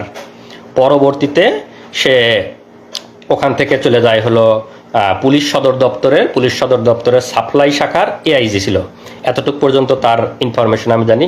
এটা হলো মহিউদ্দিন ফারুকির ছবি। আমরা জাস্ট ছবিটা আপনাদেরকে দেখাচ্ছি, আমি পরবর্তীতে আমার কমেন্টে দিয়ে দেবো বিস্তারিত। এইটা হলো সেই মহিউদ্দিন ফারুকি। এই শোর আমাকে গুম করছে এবং আমার সাথে যারা 5 জন ছিল তাদেরকে নিজ হাতে গুম করছে। মহিউদ্দিন ফারুকি 2018 সালে র‍্যাব 2 এর কোম্পানি কমান্ডার, পরবর্তীতে পুলিশ সদর দপ্তরে সাপ্লাই শাখার এআইজি ছিল। আপনারা এর লিখে রাখবেন এবং এর ব্যাপারে আপনারা অবশ্যই তো অ্যাকশন নেবেন যারা মানবাধিকার কর্মী এবং যারা আছেন আইন শৃঙ্খলা রক্ষাকারী বাহিনী। তো আমাকে ওই সময় একবার জিজ্ঞাসাবাদ যেহেতু করে, আমি ওর নেম প্লেটে দেখে গেছি। তো পরবর্তীতে ওখান থেকে আমাকে ওখানেই রেখে দেয়, এদিকে সংবাদ সম্মেলন টিয়ে করে আর কি। আর এর ব্যাপারে আরেকটু বলে রাখি, মহিউদ্দিন ফারুকি এরা তো হলো যে আমাদের নামে বিভিন্ন রকম অপবাদ দিয়ে আমাদেরকে কালার করার বা আমাদেরকে অপমানিত করার চেষ্টা করেছে। এই মহিউদ্দিন ফারুকি আপনারা নাম দিয়ে সার্চ দেবেন, মহিউদ্দিন ফারুকি নাম দিলেই দেখবেন এর নামে বিভিন্ন রিপোর্ট আইছে।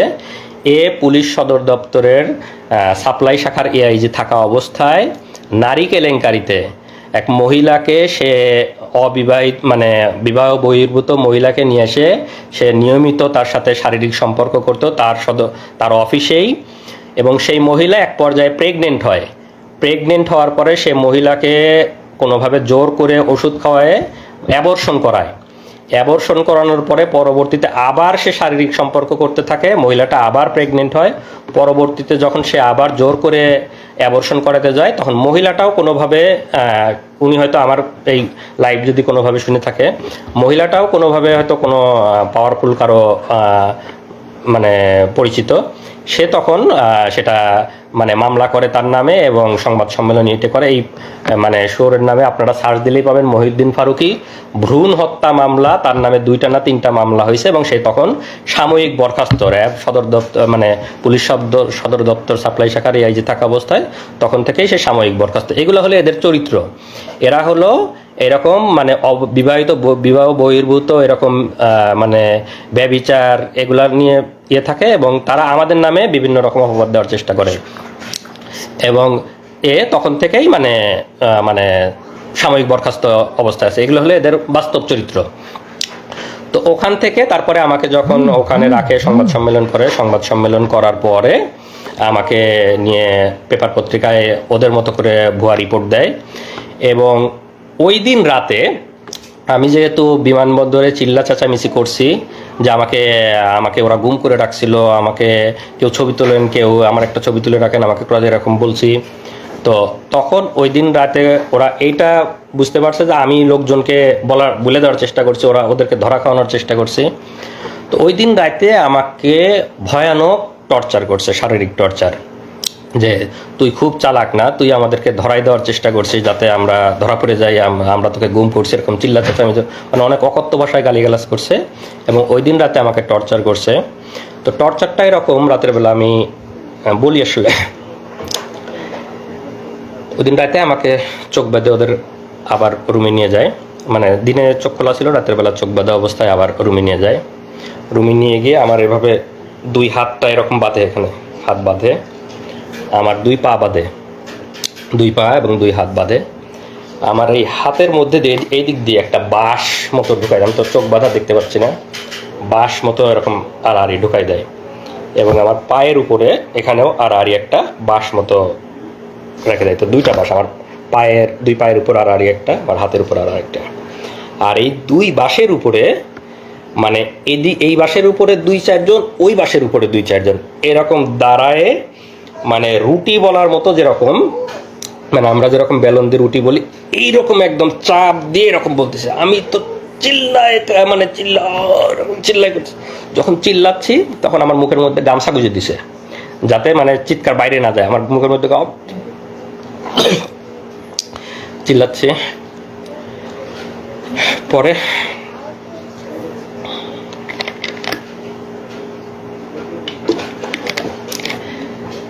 এভাবে প্রায় 15-20 মিনিট আমার উপর ভয়াবহ টর্চার চালায় ওরা। মহিউদ্দিন এই সেই গেঞ্জি বলতে ভুলে গেছি, এই সেই গেঞ্জি যে গেঞ্জি পরা অবস্থায় আমাকে তুলে নিয়ে গেছিল, এই গেঞ্জি পরা অবস্থায় ছিলাম। এই গেঞ্জি পরা অবস্থায় আমাকে ওই টর্চার করে, রক্ত এবং ময়লা মিশ্রিত সেই গেঞ্জি। আমরা 5 বছর সেই গেঞ্জিটা যত্ন করে তুলে রাখছিলাম আজকের দিনের জন্য, যে আজকের এই দিনে আমরা এই গেঞ্জিটা পরে আপনাদের সামনে বলবো। এই সেই গেঞ্জি পরা অবস্থায় আমাকে টর্চার করে, ভয়ানক টর্চার, রক্ত এবং ময়লা এখনো আছে। টর্চার করার পরে পরের দিন সকালে আমাকে থানায় পাঠাবে। আমার নামে এর আগে কোনো মামলা নাই, কোনো রিপোর্ট নাই, কোনো মামলা নাই। এখন তো আমাকে থানায় দিতে গেলে একটা মিথ্যা মামলা দিতে হবে। তখন পরের দিন সকালে ওরা একটা ভুয়া ডিজিটাল নিরাপত্তা, আপনারা জানেন যে ডিজিটাল নিরাপত্তা আইনের অবস্থা, আমরা সবাই এই আইনের যে মানে কালো দিক, সেদিকের মানে শিকার মানবাধিকার কর্মীরা, সাংবাদিকরা, আমরা যারা বাক স্বাধীনতায় বিশেষ করে আমরা সবাই শিকার। তা আমার নামে ভুয়া ডিজিটাল নিরাপত্তা আইনে একটা মামলা দেয়। মামলা দিয়ে সকালে আমাকে থানায় পাঠাবে। থানায় পাঠানোর আগে আমার তো এই ড্রেসটার অবস্থা খুবই খারাপ, রক্ত ময়লা সব কিছু ভর্তি। তো এইটা করে যখন আমি থানায় যাব, থানা থেকে যখন কোর্টে উঠবো, তখন তো সবাই দেখবে আমার অবস্থা। তখন ওরা করে কি, আমার যেহেতু লাগেজ ওদের কাছেই, আমাকে এয়ারপোর্ট থেকে তুলে নিয়ে গেছে, লাগেজ তো ওদের কাছেই, লাগেজে আমার জামা কাপড় আছে। লাগেজ থেকে ওরা অন্য একটা গেঞ্জি নিয়ে আসলো। অন্য একটা গেঞ্জি নিয়ে এসে আমাকে বললো যে এটা চেঞ্জ কর। এটা খুলে আমাকে ফ্রেশ যে একটা গেঞ্জি, সেই একটা গেঞ্জি পরতে দিল, এই গেঞ্জিটা পর। তো আমার মানে হাত পায়ের আমার ওঠার মতো অবস্থা নাই, কোনো মতে ওরাই পরাই দিল। আমি কোনো মতো করে পরে গেঞ্জিটা চেঞ্জ করে এই গেঞ্জিটা আমার লাগেজে, মানে ভাগ্যে সেই গেঞ্জিটা ওরা আমার লাগেজে দিয়ে রাখছিল, ওই এটাই করে লাগেজেই ফেলে দিয়ে রাখছে। পরবর্তীতে তো আমি জেল থেকে বের হওয়ার পরে যখন লাগেজ নিয়েছি, তখন আসলে এই গেঞ্জিটা আবার পাইছি। আমাকে ফ্রেশ একটা গেঞ্জি পরায়ে আমাকে থানায় পাঠায় দেয়। থানায় পাঠায় দিয়ে সেখানে যেটা বললাম যে আমার নামে মিথ্যা ডিজিটাল নিরাপত্তা আইনে মিথ্যা মামলা দেয়। মামলা দেওয়ার পরে আমি তো থানায় এসে, দিকে তো আমার পরিবার খোঁজাখুঁজি করতেছে, যে সংবাদ সম্মেলন ওরা মানে দেখতে পাইছে যে আমাকে মানে গ্রেপ্তার দেখাইছে, কিন্তু এখনও ওদের সাথে আমার দেখা হয় নাই। আমি তো বুঝতে পারতেছি না যে আমাকে গ্রেপ্তার মানে পেপার পত্রিকায় মিডিয়া, কারণ আমি তো আমার জগতে। তো এই পর্যায়ে ওরাও খোঁজাখুঁজি করতেছে। তো এখন একটু সংক্ষেপে বলুক যে ওদের থানায় আসার পরের অভিজ্ঞতা। তার আমার কথা শেষ হয়েছিল যে আমার থেকে টাকা নিল, টাকা নেওয়ার পর তারা কনফার্ম করলো যে টাকা পেয়েছি, একটু পরে ছেড়ে দিব। তো আমরা ওয়েট করছি, আর কোনো খবর নাই। এরপরে যখন অনেক বেশি ভাইরাল হলো, তারপর হচ্ছে মানে আমার কাছে ওই যে আমার হাজবেন্ড বললো না যে যারা গার্ড দিচ্ছিল তাদেরকে অনেক রিকোয়েস্ট করছে, তো সেখানকার একজন আমাকে কল দিয়ে বলছে যে আমি আপনার হাজবেন্ডের ব্যাপারে জানি, উনি ভালো আছে, উনি মারা যায় নাই, উনি ঠিক আছে, আপনারা চিন্তা করিয়েন না। তো আপনারা যে এত একদম মানে ভাইরাল করে ফেলতেছেন, ম্যাসাকার করতেছেন, এই সেই করতেছেন, এগুলা কইরেন না, যত করবেন তত ক্ষতি হবে, এরকম করে আমাকে বলছে। তো তারপর আমি বললাম আমাকে তো কিডন্যাপের কথা বলে টাকা নিছে, তো এগুলা কারা তাহলে? পরে বলে তাই নাকি, টাকা নিচ্ছে, আপনারা টাকা দিছেন কেন? তারপরে আমি বললাম আমি তো জানি না, আমাকে বলছে কিডন্যাপ করছি, টাকা দেন, টাকা দিছি, কিন্তু তাকে আর ফিরিয়েও দেয় নাই এবং ফোন নাম্বারও বন্ধ। তখন সেই পুলিশ অফিসার বলছে না, কিডন্যাপ করা হয় নাই, সে ডিবির হেফাজতে আছে এবং তাকে সম্ভবত অ্যারেস্ট দেখানো হতে পারে 2-1 দিন পরে। আপনারা যারা লাইভটা দেখতেছেন একটু শেয়ার করেন, যাতে বাকি সবাই আসলে যে ফ্যাসিবাদ এবং গুম এরা যে কতটা ভয়াবহ সবাই যেন জানতে পারে। হাসিনার ফ্যাসিবাদের শাসন এবং হাসিনার গুম নিয়ে সবাই যেন জানতে পারে। আপনারা সবাই লাইভটা একটু শেয়ার করে দিন, যাতে সবার কাছে এই ইনফরমেশনগুলো পৌঁছায় যায়। তো মানে ওই পুলিশটা আমাকে ফোন দিয়েছিল হলো দুপুর 11:30 থেকে 12টার এদিকে। তো আমাদের অবস্থাটা এমন ছিল, আমরা কাউকে বিশ্বাস করতে পারছি না তখন, কারণ কিডন্যাপের কথা বলে টাকা নিল, আবার পুলিশ ফোন করে আমাকে বলতেছে যে আপনারা এত ভাইরাল কেন করতেছেন। তো তখন আমাদের মনে হচ্ছে যে ওরা আমাদেরকে বাধা দেওয়ার জন্য হয়তো বা মিথ্যা কথা বলতেছে, আমাদের মনের ভিতরে সেই ধুকপুকুনি কমে নাই। তারপরে যাই হোক সারাদিন চলে গেল, বিকাল 3টা মানে 2:45 থেকে 3টা, এর মধ্যে হচ্ছে আমার ভাসুর, আমার যারা যারা ঢাকায় ছিল, আমার ভাসুর আমাকে ফোন দিয়ে বলল যে সংবাদ সম্মেলন করে ওটা তো মনিকে অ্যারেস্ট দেখাইছে, তো ইয়েতে কি রেলওয়ে থানায় অ্যারেস্ট দেখাইছে। আর আমরা হচ্ছে তার করছিলাম, জিডি করছিলাম, আমরা জিডি করছিলাম হচ্ছে দক্ষিণ খান থানায়। তো রেলওয়ে থানায় অ্যারেস্ট দেখাইছে। আমার ভাসুরা সাথে সাথে সেখানে গেছে, যে তার সাথে দেখা করতে চাইছে, বলছে যে না এখন দেখা করা যাবে না এরকম। তো তখন আমার ভাসুর আমাকে বললো যে তুমি এখনই রওনা দাও, হয়তো তোমাকে দেখা করতে দিবে, তুমি সাফওয়ানকে নিয়ে এখনই চলে আসো।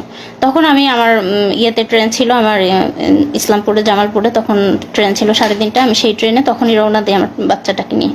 তো এর মধ্যে যে 3টা দিন গেছে, এই 3 দিনে আমি শুধু একটু পানি খেয়েছিলাম, এবং আমার বাচ্চাটা তখন কোথায় যাচ্ছে কি খাচ্ছে আমি কিছুই জানি না।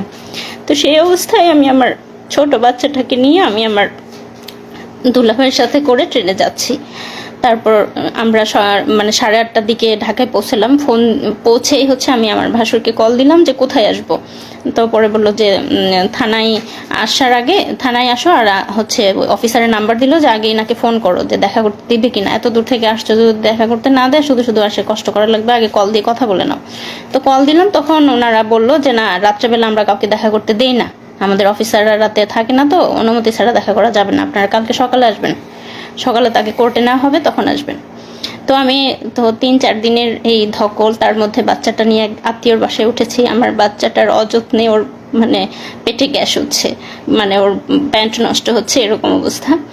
তারপরে মানে যাই হোক আমার তখন ফিলিংসটা এমন ছিল যে আল্লাহ, পাওয়া তো গেছে, সে তো বেঁচে আছে, এটাই আলহামদুলিল্লাহ। হ্যাঁ, তখন এরকমই ছিল, আমার খালি মনে হচ্ছে কখন সকাল হবে, আমি কখন দেখতে যাব। তারপর সকালবেলা আসলাম। তো আসার পরে হচ্ছে 10:30টার দিকে আমি রেলওয়ে থানার সামনে আমার ছোট বাচ্চাকে নিয়ে, আমার ভাসুররা ছিল কোর্টে, মানে আমাদের কথা ছিল এমন যে যদি কোর্টে নিয়ে যায় যেন ওনারা দেখতে পায়, আবার থানায় থাকলে যেন আমি মানে যে কেউ একজন যেন দেখতে পারি, যে কেউ। তো ওনারা ওখানে ছিল, আর আমি আমার দুলাভাই সহ বাচ্চা সহ আমরা হচ্ছে রেলওয়ে থানার সামনে দাঁড়ায় আছি। আমরা হচ্ছে বারবার জিজ্ঞেস করতেছি, আমাকে তো কিছু বলতেছে না যে আছে কি না আসলে, বা সে কিছুই বলতেছে না।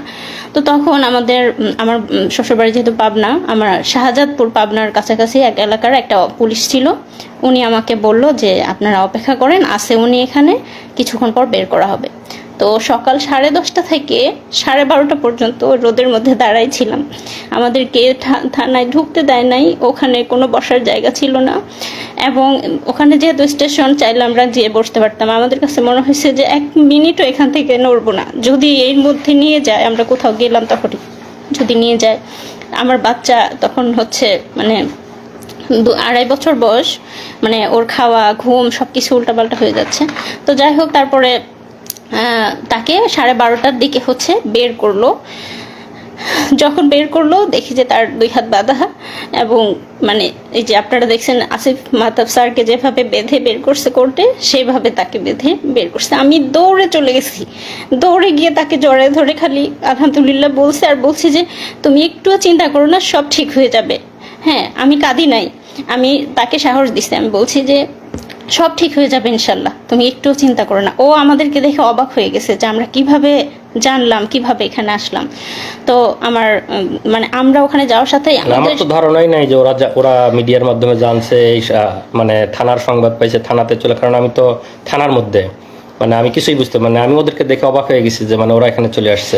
আমি আমার ছেলেকে নিয়ে আমি যখন গেলাম দৌড়ায়, ওরা আমাদের কুকুরের মতো দূর দূর করে মানে করে দিচ্ছে, তাড়া দিচ্ছে, এই চলে যান চলে যান, খবরদার কাছে আসবেন না, কাছে আসলে কিন্তু আসামিকে টর্চার করবো, খবরদার কাছে আসবেন না।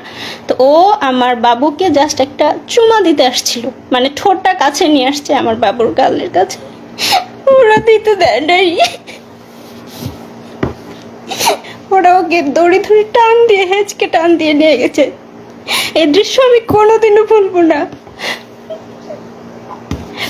তারপর যাই হোক ওনাকে একটা সিএনজিতে উঠালো, পাশে তো 3-4 জন পুলিশ ছিল, তো সাথে সাথে আমরা আরেকটা সিএনজি ভাড়া করলাম।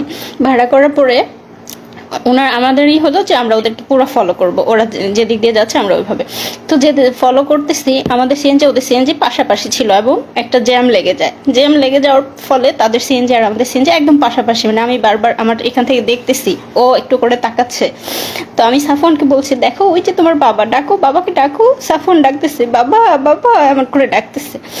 পুলিশ কতটা হিংস্র, কতটা খারাপ, সে সিএনজি থেকে বের হয়ে এসে, আমাদের সিএনজিওয়ালা একটু বয়স্ক ছিল, আমাদের সিএনজিওয়ালাকে লাথি মেরে বলতেছে যা তাড়াতাড়ি এখান থেকে, মানে আমাদের সিএনজি ওখানে দাঁড়াতে দিচ্ছে না। সে বয়স্ক মানুষটার সাথে খারাপ, জাস্ট আমার ছেলে একটু বাবা বলে ডাকছে, এটাই ওদের সহ্য হচ্ছে না। ঠিক আছে, তখন ওরা লাথি মেরে আমাদের সিএনজিওয়ালাকে বলতেছে যা তাড়াতাড়ি, মানে যেন দেখাই না হয় এরকম। পরে যাই হোক ওনাকে নিয়ে গেল, নিয়ে যাওয়ার পরে কোর্টে, মানে যখন ওনাকে সিএনজি থেকে নামিয়ে গারদে নিচ্ছে, আমার ভাসুররা তখন প্রথম 3-4 দিন পরে তাদের ভাইকে দেখতে পেল। তারপর আমরাও নামলাম, নামার পরে আমরা মানে অপেক্ষা করছি কি করে কি হবে, কারণ আমাদের পরিবারে কোনো, আমার শ্বশুর বাড়ি আমার বাবার বাড়ি কোনো ফ্যামিলিতেই এরকম কিছু হয় না, আমরা কিচ্ছু জানি না কি হতে যাচ্ছে কি হবে। কিন্তু আমার মনের মধ্যে একটা সাহস ছিল যে আমার ভাসুররা অনেক ভালো ভালো জব করে ইনশাল্লাহ খুব দ্রুত বের করে আনতে পারবে। আমি জানি না, আমি ছোট মানুষ, তখন এসব বুঝি না, মানে এত কষ্ট যে হবে সেটা বুঝতে পারিনি। আমার মনে হয়েছে খুব দ্রুত 2-3 দিনের মধ্যেই হয়তো বের করতে পারবে। তো তারপর যাই হোক গারদ থেকে তাকে কোর্টে নেওয়া হলো। আমরা পিছে পিছে যাচ্ছি, আমাদেরকে একটু কাছে ঘেঁষতে দিচ্ছে না, মানে কোনো কথা কোনো ইনফরমেশন যেন আমরা তাকে না দিতে পারি বা উনি আমাদেরকে কিছু না জানাতে পারে, তার কাছেই ঘেঁষতে দিচ্ছে না এবং দূর দূর করে তাড়িয়ে দিচ্ছে। তারপর হচ্ছে তাকে তখন কোর্টে তোলা হলো। এরপর তুমি বলো। যে আসলে অভিজ্ঞতা বলতে গেলে আরও অনেক কষ্টের কথা, সব কিছু বলা এক লাইভে সম্ভব না।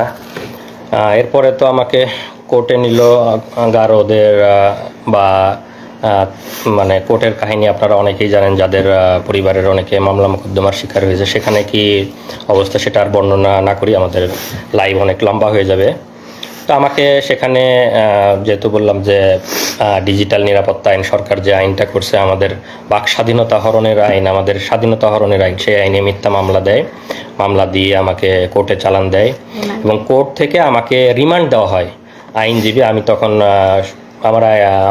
আমার আইনজীবী বলছে যে পিএইচডি করে, পিএইচডি শেষ, মানে শেষের ইয়েতে, মানে স্কলার, সে রিসার্চার, এত কিছু শোনার পরেও বিচারক আমাকে রিমান্ডে দিছে, আসিফ মাহতাব স্যারকে বা আমাদের সম্মানিত শিক্ষকদেরকে যেভাবে দেওয়া হয় সেভাবে আমাকে প্রথমে 3 দিনের রিমান্ডে দেয়, পরে আরও 1 দিনের রিমান্ড এবং সেগুলোর অভিজ্ঞতা বর্ণনা করতে গেলে আরও অনেক লম্বা হয়ে যাবে, তো সেগুলো আজকে বর্ণনা না করি। তো 3 দিনের মানে রিমান্ডগুলো শেষ হওয়ার পরে আমাকে রিমান্ডের ওখানে আমার ফ্যামিলির কাছ থেকে টাকা দাবি করছে, আমার কাছে ফ্যামিলির কাছ থেকে টাকা করছে, আমার ওখান থেকে টাকা নিছে, আমার মোবাইলটা ওদের কাছে ছিল। মানে হাসিনা তো সারা বাংলাদেশে, সারা মানে পুলিশ এবং সব জায়গায় যে দুর্নীতি করছে, ওরা ওখানেই আমাকে বলতেছে যে মানে টাকা দিতে হবে।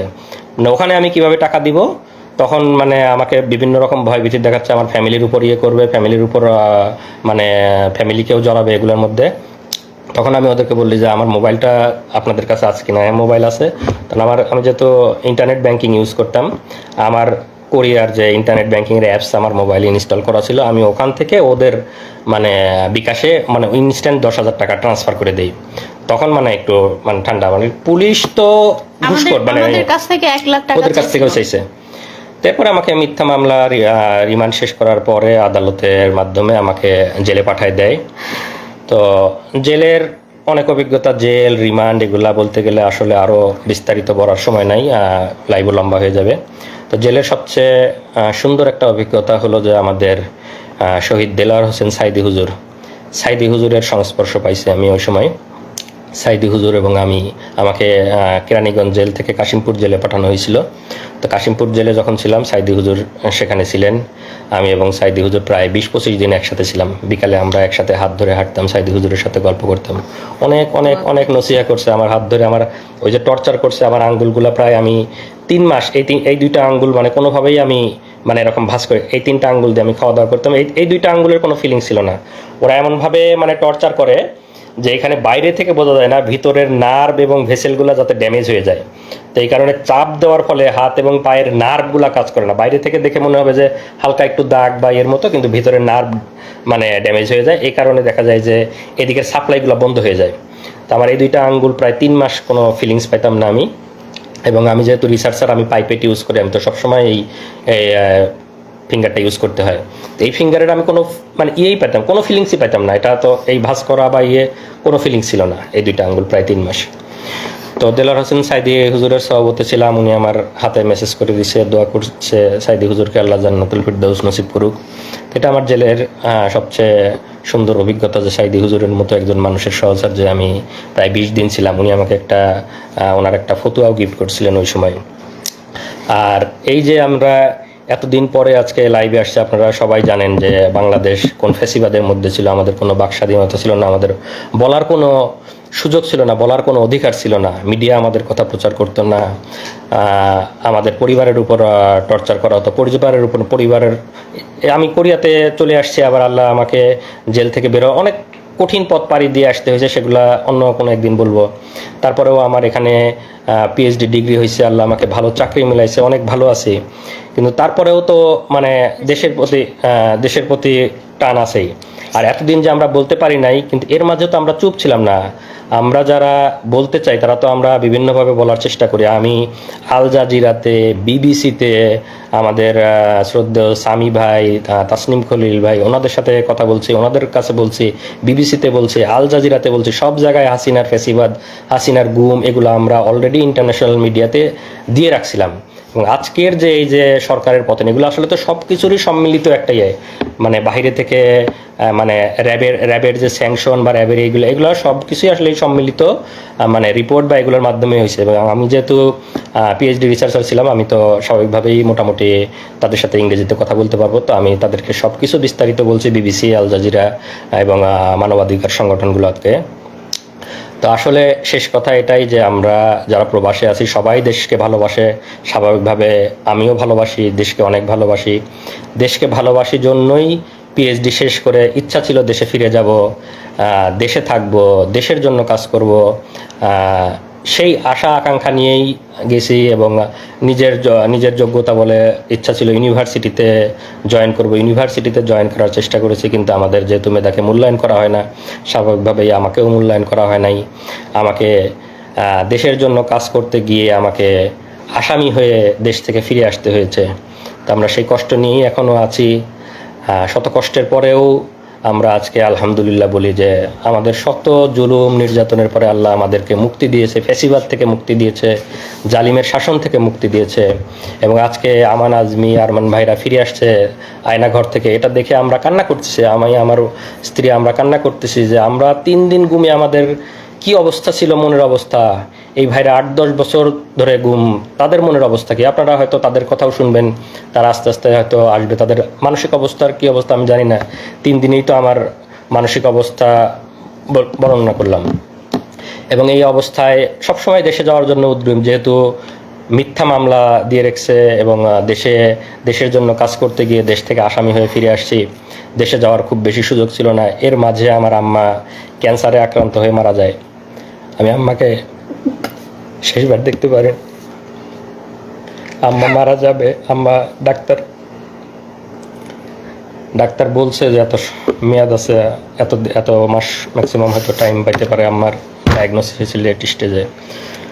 সব কিছু জানার পরেও আমরা আম্মার জন্য যাইতে পারি। শেষ মুহূর্তে না পেরে আম্মার যখন অবস্থা বেশি খারাপ, আমি টিকিট কাটছিলাম, আমি, আমার স্ত্রী, সন্তান, আমরা 4 জন সবাই টিকিট কাটছি যে যত যাই হোক আমাকে গ্রেপ্তার করলেও আমি যাব, আম্মাকে আমার দেখতেই হবে।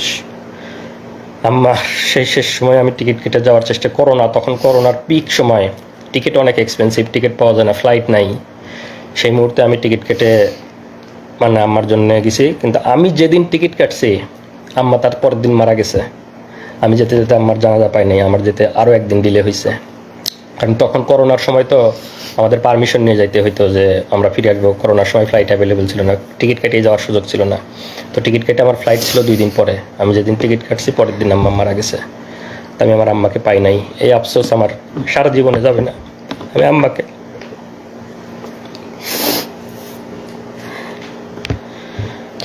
আপনারা আমাদের জন্য দোয়া করবেন। যারা যারা হাসিনার জালিম হাসিনার ফ্যাসিবাদের কবলে আছেন সবার জন্য আমাদের দোয়া থাকবে, এবং যারা যারা আজকে আয়নাঘর থেকে ফিরে আসতেছেন তাদের জন্য দোয়া থাকবে। এবং আমরা আবার ফিরে আসতে চাই, শত নির্যাতনের পরেও আমরা চাই আমরা দেশে ফিরে আসব, দেশের জন্য কাজ করব, নতুন দেশ গঠনে আমরা সবাই একসাথে ঐক্যবদ্ধভাবে কাজ করব, এবং আমাদের নতুন বাংলাদেশ হবে সুজলা সুফলা, এবং যেখানে কোনো দুর্নীতি থাকবে না, যেখানে কোনো ফ্যাসিবাদ থাকবে না। এই ডিজিটাল নিরাপত্তা আইন, বাক স্বাধীনতা হরণের আইন উঠিয়ে দেওয়া হবে। এবং আমি আশা করি যারা মানবাধিকার সংস্থায় আছেন, যারা নতুন সরকার গঠন করবেন, তারা এই ফ্যাসিবাদী এবং বাক স্বাধীনতা হরণকারী এই ডিজিটাল নিরাপত্তা আইন আপনারা উঠিয়ে দিবেন। যারা যারা আমরা নির্যাতনের শিকার তাদেরকে এই জুলুম থেকে আপনারা মুক্তি দেবেন। এবং আমি পরিশেষে যে ছাত্র আন্দোলনের মাধ্যমে এই ফ্যাসিবাদ, এই জুলুম থেকে আমরা মুক্তি পেয়েছি আল্লাহর অশেষ মেহেরবানিতে, তাদেরকে আমি ধন্যবাদ দিতে চাই। তাদেরকে ধন্যবাদ দিয়ে ধন্যবাদ দেওয়ার কোনো ভাষা আমার জানা নেই।